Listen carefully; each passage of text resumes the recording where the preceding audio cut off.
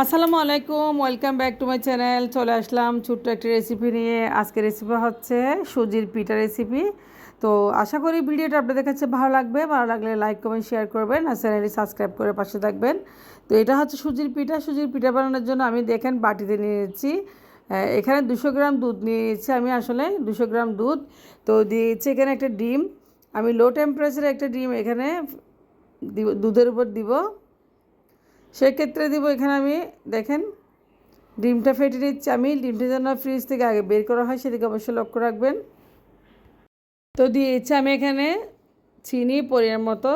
ডিম ডিম এবং চিনি দিয়েছি এবং সে সাথে চিনিগুলো ভালোভাবে একটু নেড়েছে কুসুম সহ একটু মেল করে নেব। তো এ পর্যায়ে দিয়ে দেবো আমি একটি কলা। তো এখানে একটি কলা দেবো। খুব একটা হেলদি নাস্তা, বাচ্চাদের জন্য বিকেলে চাইলে আপনারা বানাতে পারেন খুব সহজে। আর এটা বানানোর জন্য 10টা মিনিট সময় দিলে হয়, বেশিক্ষণ সময় দিতে হয় না, শুধু 10 মিনিট নাস্তা হয়ে যায় খুব সহজে। আর একটা কলা আমি দেখছেন কলাটা দিয়েছি, কলাটা যেন একটু পাকা হয় সেদিকে অবশ্যই লক্ষ্য রাখবেন। তো সব কিছু দিয়ে আমি এখন একটু মেখে নেব। তো একটু ভালোভাবে দেখেন চামচ দিয়ে বা হ্যান্ড উইচ দিয়ে একটু ভালোভাবে আমি মেল করে নিয়েছি। এখন দিয়েছি সুজি। দেখেন আমি 1 কাপ পরিমাণ সুজি দিয়েছি। তো সুজিটা দিয়ে আমি একটু হাত দিয়ে একটা ব্যাটার রেডি করে নেব ভালোভাবে। দেখেন নাস্তাটার জন্য আমি একটা ব্যাটার রেডি করে নিয়েছি। আমি দিয়েছি পুরোতে একটু লবণ। তো একটা সুন্দর ব্যাটার হয়ে গেছে আসলে নাস্তার জন্য।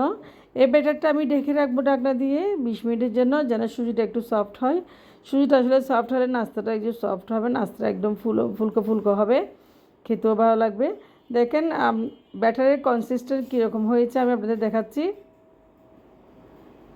তো এরপর যে আমি একটু ঢাকনা দিয়ে রেখে দিব আর ভালোভাবে নেড়েছি একটু। তো এখন ঢাকনা দিয়ে রেখেছি 20 মিনিটের জন্য। 20 মিনিট পরে চলে আসবো আমি। তো 20 মিনিট হয়ে গেছে, 20 মিনিট পরে চলে আসলাম। চুলে একটা প্যান বসিয়ে দিয়েছি আর প্যানে একটু তেল। তো প্যানে সামান্য তেল দিয়ে আমি একটু করে ব্রাশ করে নিচ্ছি। এখন তেলটা একটু ব্রাশ করে দিলে আসলে নাস্তাটা খুব তাড়াতাড়ি উঠে যায়। তো দেখেন একটা কড়াইতে তো একদম তেল দিয়ে দিয়েছি সামান্য পরিমাণে, আপনারা চাইলে ঘি বাটার ইউজ করতে পারেন। এখন দিয়েছি আমি সে ব্যাটারটা।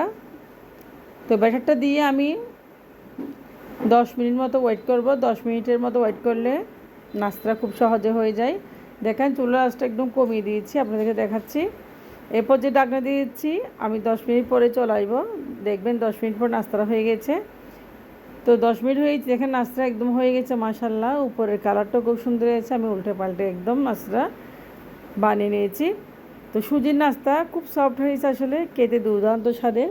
হঠাৎ বাসায় মেহমান আসলে বা বাচ্চাদের টিফিন চাইলে আপনারা চাইলে এরকম বানিয়ে নিতে পারেন খুব সহজে। তো দেখতে যেরকম নাস্তা খেতেও সেরকম। তো এই পাশটাও আমি ভালোভাবে নাস্তাটা একদম চেখে নিয়েছি।